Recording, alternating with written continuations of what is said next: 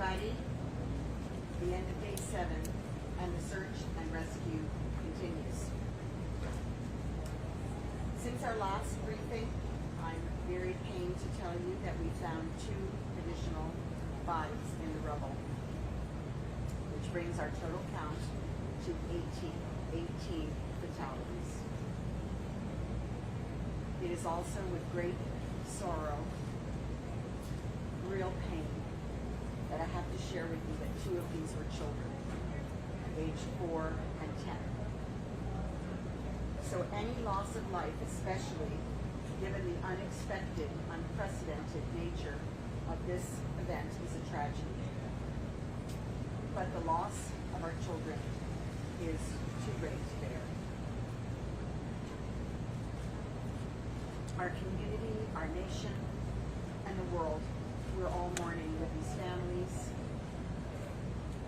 who have lost loved ones, and we grieve with them and we lift them up as a community, and we're so grateful for the support from all of you everywhere as we continue to dig through the rubble. So we're now standing united once again with this terrible new revelation that children are the victims as well. So in the worst of times, we come together and we pray together. Thank you to everyone.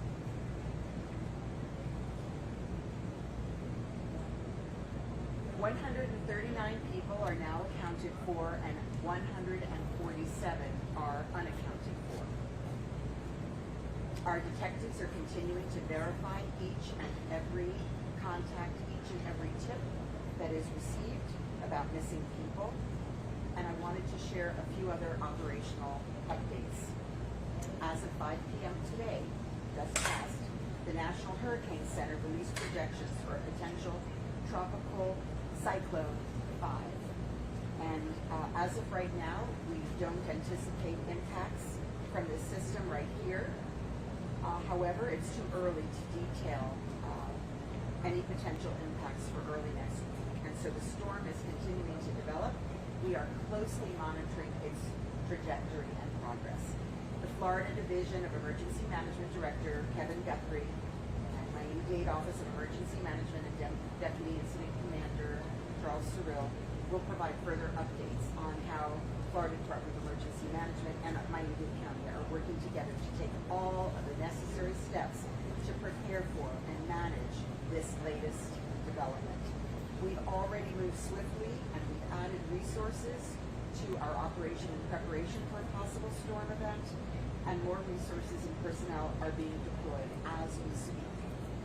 It's truly a collaborative and comprehensive operation. You've all seen it, and over the past day, our footprint has expanded even further. Resources coming from the U.S. Small Business Administration. They're now deployed on the scene, and they're providing support to the families that have been impacted as well as businesses. I've spoken with our chairman of the commission, Pepe Diaz, and we've been working closely on several issues together, including the South Florida Water Management District, to make sure that they create the capacity to handle the amount of water given that the ongoing storms and the possible future storms headed our way. It's a phenomenal amount of water, you all know, and we need to make sure that we can handle it effectively. And I want to thank our National Institute of Standards and Technology, or NIST. The director from Washington, D.C., Dr. James Altoff, and his staff are here, as well as the Small Business Administration Public Affairs Specialist, Roberto Altadano. They're here today, and they're going to share some important announcements and updates with you. Thank you to the incredible team on the ground who are giving everything they have to this operation. Around the clock, our gratitude is immeasurable, and so please let's continue to keep them, the victims and the families, and their loved ones in your thoughts and prayers. Thank you, and God bless. Buenas tardes a todos. La misión de búsqueda y rescate continúa sin detenerse los últimos 7 días. Aquí estamos al final del 7º día. Desde nuestra última sesión informativa hemos encontrado 2 víctimas adicionales. entre los escombros. Eso eleva nuestro número total de muertos confirmados a 18. Es con gran dolor personalmente y pesar en el corazón que comparto que dos de estas víctimas eran niños de 4 y 10 años de edad. Cualquier pérdida de vidas, especialmente de un evento catastrófico, es una tragedia. La pérdida de nuestros hijos es un dolor demasiado grande para soportar. Nuestra comunidad, nuestra nación y el mundo lloran con las familias de aquellos que hemos perdido. Lloramos con ellos y los levantamos como una comunidad unida por la pérdida, ahora unidos como nunca antes en los peores momentos, mientras oramos por todas las familias. Ahora tenemos 139 personas que están contabilizadas y 147 desaparecidas, ya que nuestros detectives continúan verificando todos los informes que hemos recibido sobre personas desaparecidas para proporcionar la última información disponible. También compartir algunas otras actualizaciones operativas. A las 5 de la noche ahora el Centro Nacional de Huracanes publicó proyecciones para el potencial ciclón tropical número 5. En este momento no se anticipan impactos de este sistema en todo el sur de Florida durante el fin de semana. Sin embargo, es demasiado pronto para detallar los impactos potenciales para principios de la próxima semana. Entonces, estamos muy alertas. La tormenta continúa desarrollándose y estamos monitoreando de cerca su trayectoria y progreso. Ya nos hemos movido rápidamente para comenzar a agregar recursos a nuestra operación en preparación para una posible tormenta. Y mientras hablamos, se están desplegando más recursos y personal. He hablado con el presidente de la comisión, Pepe Díaz, y hemos estado trabajando en estrecha colaboración en varios temas, incluido el Distrito de Administración del Agua del Sur de la Florida, creando capacidad para manejar la cantidad de agua, dadas las tormentas en curso y las posibles tormentas futuras que se avecinan. Gracias al increíble equipo sobre el terreno que está dando todo lo que tiene para esta operación, por favor continúe como siempre para la semana pasada, cada día, cada noche, manteniéndolos a ellos, a las víctimas, las familias, a todos sus seres queridos en sus pensamientos y oraciones. Gracias y buenas noches.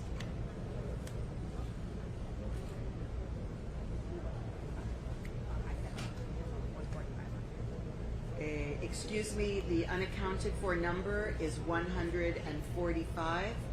Los desacontables son 145. Gracias.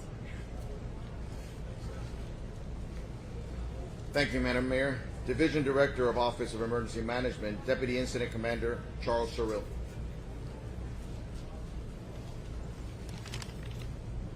Good evening, everyone. I want to begin my update with some news related to potential Tropical Cyclone 5, currently in the Atlantic Ocean.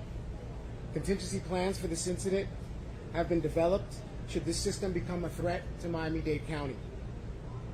And as we move into hurricane season this year, I encourage all Miami-Dade County residents to download the Ready Miami-Dade app to stay informed of all the latest developments for the safety of both you and your loved ones.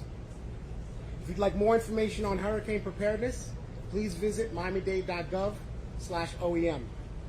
We'll continue to keep you updated and informed as the storm arrives closer and preparations change or develop. I also have above related information about the Family Assistance Center. So far, we've had 26 organizations assisting the families at the center, providing an array of services such as mental health, grief counseling, financial assistance, lodging, travel, and many other services. Today, we had 28 families that were served. We've also had over 8,000 people generously donate to the Support Surfside Fund. And we thank you for your generosity and your donations. If you'd like to make a financial contribution or sign up to volunteer, please visit miamidade.gov/emergency. As I noted this morning, this has been a unified effort with Miami-Dade County and our federal, local, private, and international partners. And we are in their gratitude. Thank you.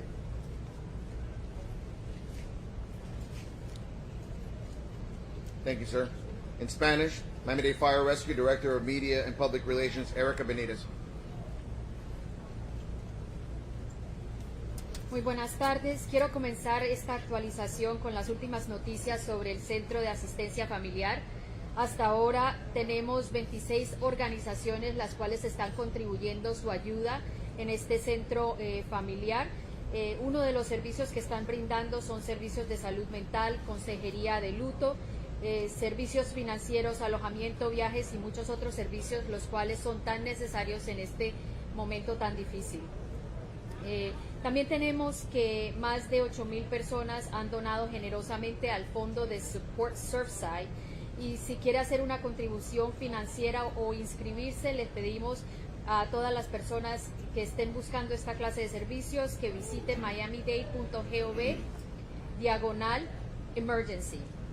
Como señalé esta mañana, este ha sido un gran esfuerzo unificado por parte de nuestros socios municipales, estatales y federales. Muchísimas gracias. Thank you, Erica. Representing the Florida Division of Emergency Management, Director Kevin Guthrie. Good evening. We continue to work with our local government and our federal partners. This afternoon, Chief Kaminsky asked that we go ahead and order up another Urban Search and Rescue Type 1 task force to come in and start making relief for the individuals that are already here on scene in preparation, and that was at my ask as well, in preparation for any tropical cyclone that may impact the state of Florida. You also know that this afternoon at 5 o'clock, the National Hurricane Center initiated advisories on potential tropical cyclone number 5. I had a call today with our chief meteorologist, her staff, and Director Ken Graham of the National Hurricane Center.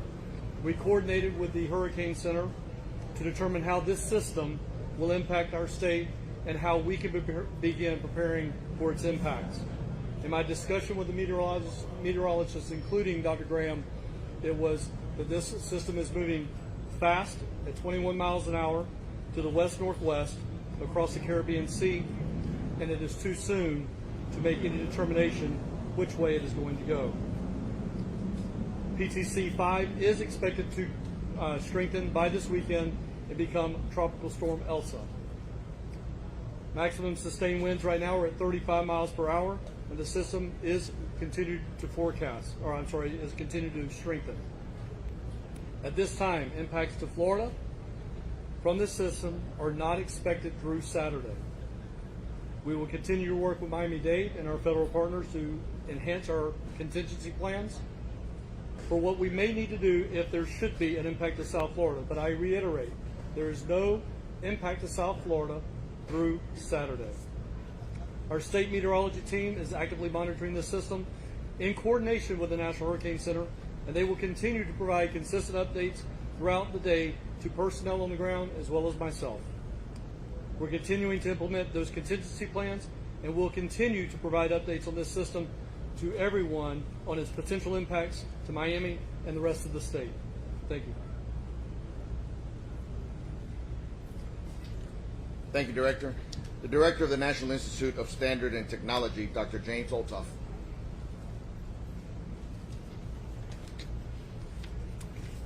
Hello, my name is Jim Olthoff. I'm currently serving as the Director of the National Institute of Standards and Technology, or NIST. I'm here to let you know that I've established the National Construction Safety Team to investigate the June 24 collapse of the Champlain Tower South condominium. Our work will not interfere with any ongoing search and rescue operations. These remain the highest priority of everyone. This will be a fact-finding, not fault-finding, technical investigation. It will take time, possibly a couple of years, but we will not stop until we have determined the likely cause of this tragedy. NIST is a non-regulatory agency with over 50 years' experience studying disasters and failures caused by events such as earthquakes, fire, tornadoes, and terrorist attacks. What our experts learn from these events lead to better building codes, standards, and practices. So now I'd like to introduce Judy Matrani-Reiser, who is co-leading the NIST team on site.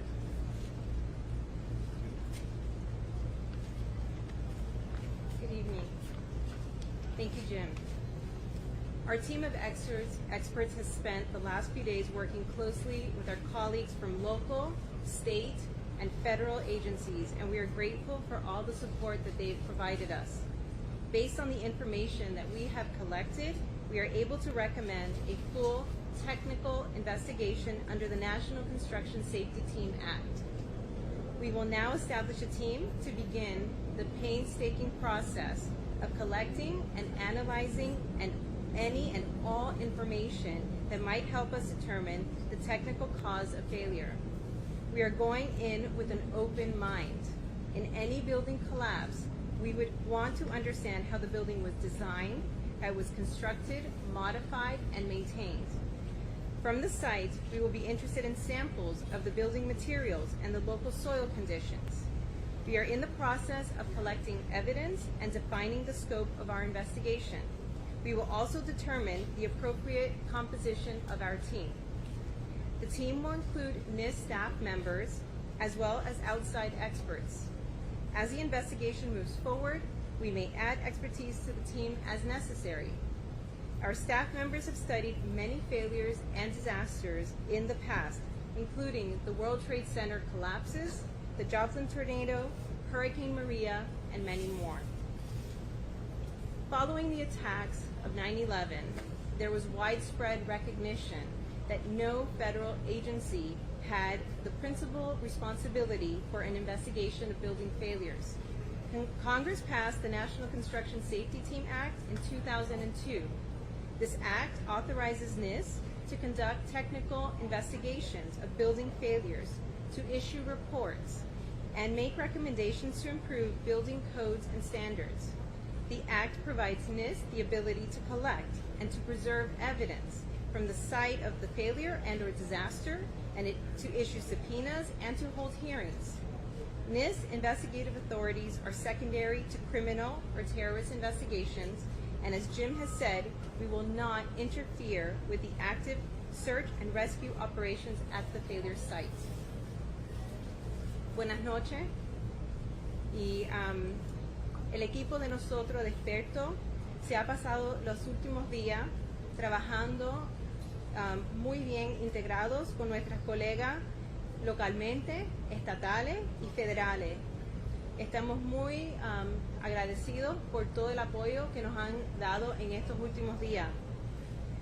Basado en la información que hemos recopilado, puedo decirles a ustedes hoy que hemos hecho la determinación que podemos hacer una investigación técnica completa bajo the National Construction Safety Team Act. Ahora vamos a establecer un equipo y vamos a empezar el proceso de recopilar datos y evidencia en los próximos meses y años. Vamos a entrar en este proceso con una mente abierta. En cualquier evento como este de edificios que han colapsado, tenemos que entender no solamente cómo el edificio fue diseñado, pero también cómo fue construido, cómo fue modificado y cómo fue mantenido.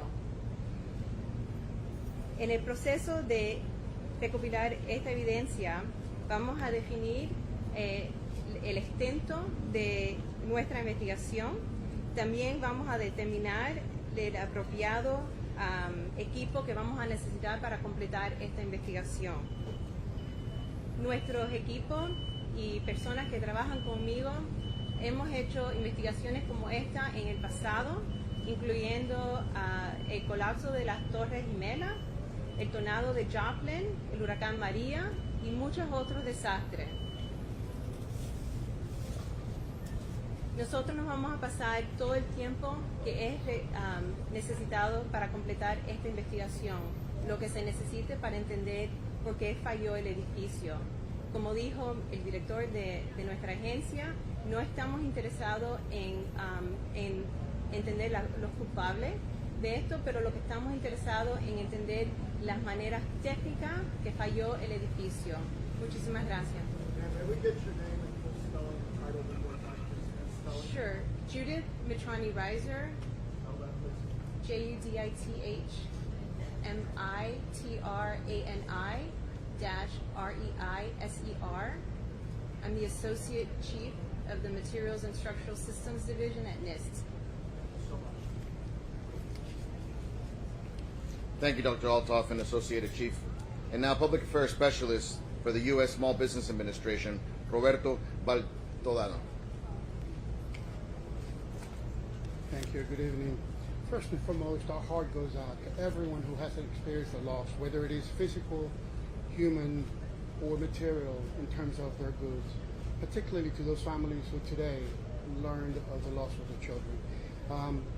Recovering from disaster is not difficult. However, the SBA is here to help in the measure that we can, help in that process. And so today, the U.S. Business Administration announced that Florida businesses and residents, being homeowners and renters affected by these disasters, can apply for low-interest disaster loans from the SBA. SBA customer service representatives will be at the Family Assistance Center located at the Seaview Hotel, 9909 Collins Avenue in Bal Harbour, effective tomorrow starting at noon, 12 p.m., Monday through Sunday, basically. We're going to be there 7 days a week to provide a level of care and support that these families require and our business community needs at this time.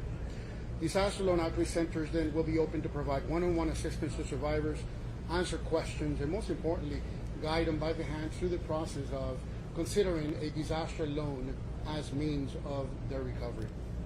The declaration covers Miami-Dade County and the adjacent counties of Broward, Collier, and Monroe in Florida.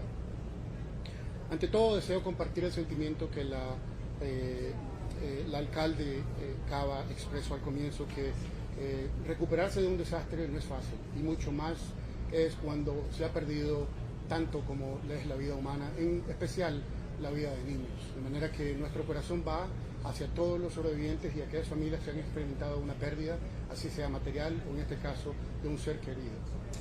La Administración o la Agencia para el Desarrollo de Pequeños Negocios anunció hoy que los negocios afectados por este desastre y tanto los individuos, siendo dueños de casa o inquilinos, pueden aplicar para intereses de muy bajo interés vía federal a través de la Agencia para el Desarrollo de Pequeños Negocios. Agentes, representantes de la agencia de SBA van a estar en el Centro de Asistencia Familiar localizado en el Seaview Hotel, 9909 Collins Avenue, efectivo mañana a partir de las 12 del día. Este centro va a operar para ofrecer ayuda y asistencia individual a cada uno de los aplicantes para así sea obtener información o completar o considerar una aplicación para un préstamo de desastre. Esta declaración cubre los condados de Miami-Dade y los condados adyacentes de Broward, Collier y Monroe en Florida. Gracias. Thank you. Now, the Surfside Mayor, Charles Burkett.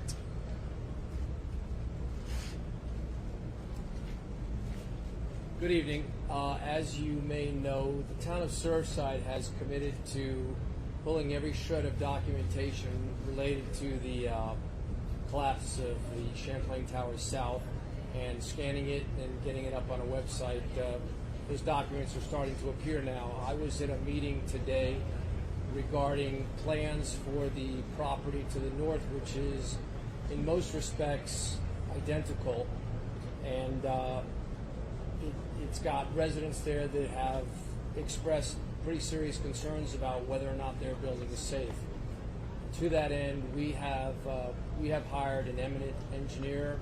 This engineer did work on the Pentagon after 9/11. He did work on the FIU bridge recently that went down in South Miami. So he's been, now I was there in a meeting, he's poring over the plans for that building and expressing concerns about those plans in that they may not be complete. So what we're doing is we had the owners of that condominium in today, and I can say that up to this point they've been very cooperative and helpful. They've been providing us with information. I think that's something that NIST, who just spoke a little while ago, is probably going to want to take a look at, and we're going to be happy to work with them. But the bottom line is there are steps that we're going to be taking in conjunction with NIST and anybody else that wants to assist to develop a plan to ensure the residents who are living in that building that it is safe for them to be there. In the interim, we have arranged for alternative housing for anybody in that building that has a fear, and that is being funded through the supportsurfside.org site, which is a fabulous use of the money. I'm happy to say that I have had some experience with that site already, and the director who's doing the work for that site, and we're getting great results. The money's going out to a handful of nonprofits, dozens of families, and the help is being delivered.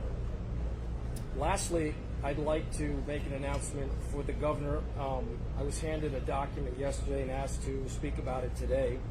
It's called Surfside Strength for the Champlain Towers First Responders and Community.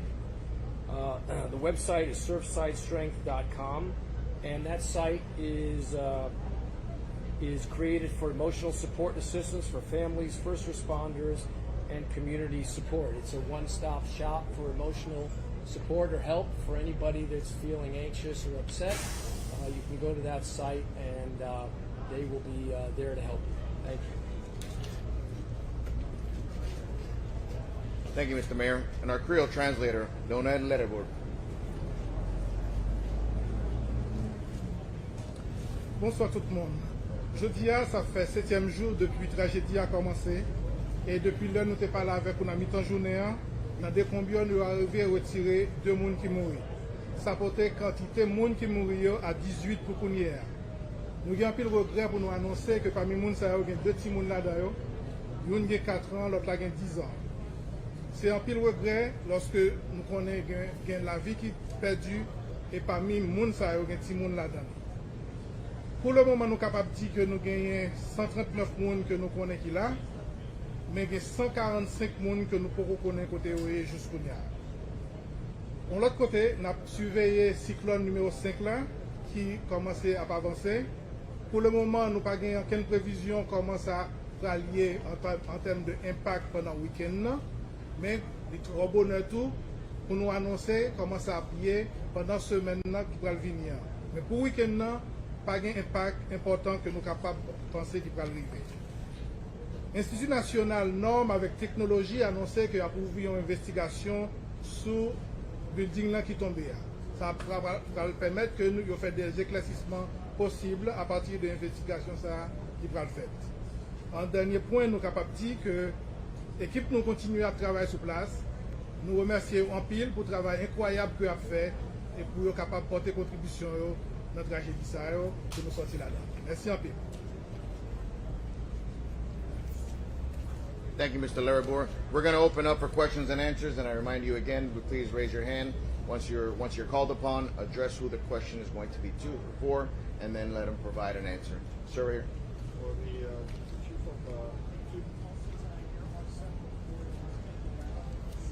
of two questions real quickly. We're going up to over almost 200 hours since this horrible tragedy has happened. What's the status of the man? What's the morale of the man? And my second question, when will the second Mexican team be allowed to the site to be working along with the other Mexican team at the Israeli team? Well, your first question, morale is still high. We're working hard.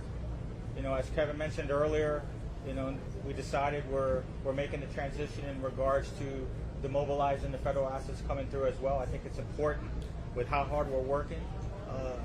You know, the time it's over 200 hours, but there's 145 individuals still missing. So we're continuing to move forward and you know, do what we do. In regards to the group, the Mexican group, they're allowed to come. You know, we said they would. Didn't meet them this morning, but you know, they definitely can come in. We're incorporating different units to assist. So they're okay with you guys? I mean, they're working with you guys today? I guess I get clarification of who exactly we're speaking with. The topos, Yes, Topos, I was instructed that they were going to come here today at 10, and they never did. So, Thank you, Chief. Mike? So this, how do you make sure you coordinate so your work is not duplicative but additive to the work of local and state agencies? And to those who listen and say a few years perhaps is too long, that we need answers sooner, what do you say to that concern of people living up and down the coastline in Miami-Dade? Sure. I'll answer the first question, and I think that everyone standing behind me has done a phenomenal job coordinating on site. We have gotten nothing but complete cooperation since we have been here. The efforts that are happening to make sure that there's coordination between the local, state, and federal levels is phenomenal. I am very proud to be working alongside everyone that is on site. For your second question, our job is to understand the building failure, and we are going to do that for as long as it takes. I understand the concerns from residents. That is not our jurisdiction to address those concerns, but instead we're working under our authorities to do the work that's ahead. And we're a scientific agency, and that is our job. Thank you, ma'am. We're going to go with Spanish media for one question.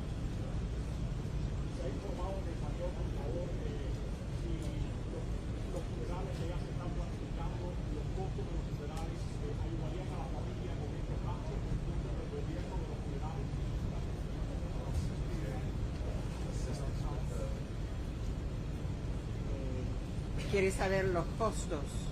No.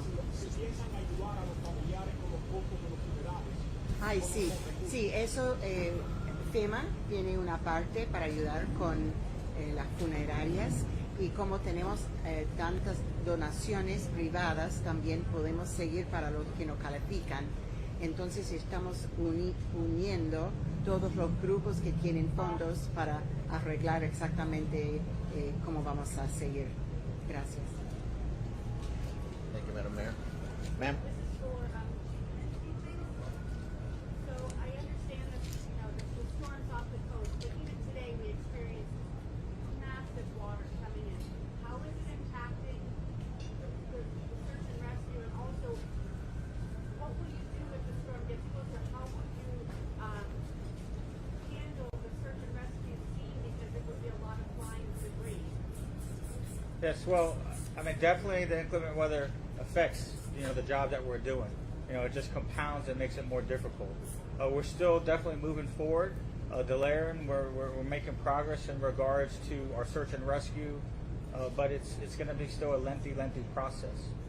You know, the water itself, you know, it hasn't impeded in areas where we're at, you know, so we're not having to pump anything like before in the lower part of the garage, but, you know, it's definitely difficult.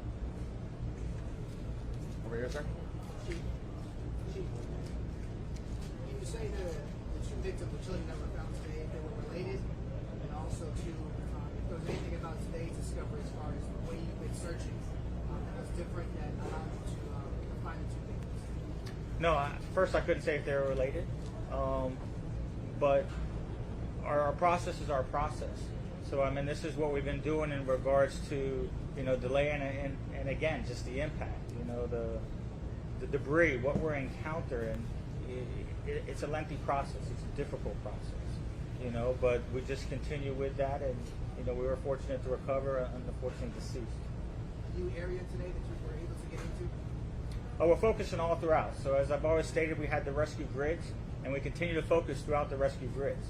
So we're delayering the debris, hopefully floor by floor. So as we go through, you know, nothing's changed in regards to what we're looking for. You know, when we come across voids, when we come across certain aspects, you know, that's where we'll tunnel through. We try to expand to see, you know, if we find a void space where we could find a victim, you know, that's alive. Thank you, Chief. Last three questions. We're going to go here. One. In relation to the investigation, there were people who were inside that building who complained about new structures going up around them and how that impacted that building as far as cracks and the process of exploding to build that new building. Is this investigation going to include how other structures going up around older buildings can impact them? In addition to that, on the second half of that question, are city and county officials considering new regulations when it comes to the impact of other buildings going up and how it could impact other buildings? So I can answer the first question. I'll let someone from city or county answer the second part. But related to the first part, we will be looking at everything. We will be looking at the site conditions, we will be looking at the structure itself, and environmental conditions that may have affected the structure. So our plan is to collect all of that information, aggregate it, do our analysis, and then provide results and recommendations when we're done. Thank you. We're going to go with the last two questions. Man over here, and Carlos will end it with you. My question is for Mayor Levine. Wait, do the second part. I'm sorry, you got a second part, man? I'm sorry. I'm sorry. So as mayor, I have the ability to improve, let's say, the way in which we do our certification process and so on. The legislation requires the county commission, and I can assure you that we're looking at everything. How's that? Yeah. Very well said, Madam Mayor. Our job will fall in place right after this, and we'll be looking at every angle of this, and the investigators to have their part. Our part would be the legislation with the code and everything. One thing is the building and what took place here. The other thing is what we could do to look at the code now and see how we could improve. That's what the Mayor said, working together. Yes, and we are convening a panel of experts and starting to explore those opportunities. There was a question from you. Yes. I have a two-part question, if I may. One, I'm not sure if privacy issues are a concern here, but is there anything more you can tell us about the two young children that were found today? And my other question is, I'm a reporter from Canada. We know that there are a number of different countries where people are here. Do we have an idea of how many different countries people who are missing are from? Is there a number or anything like that going on?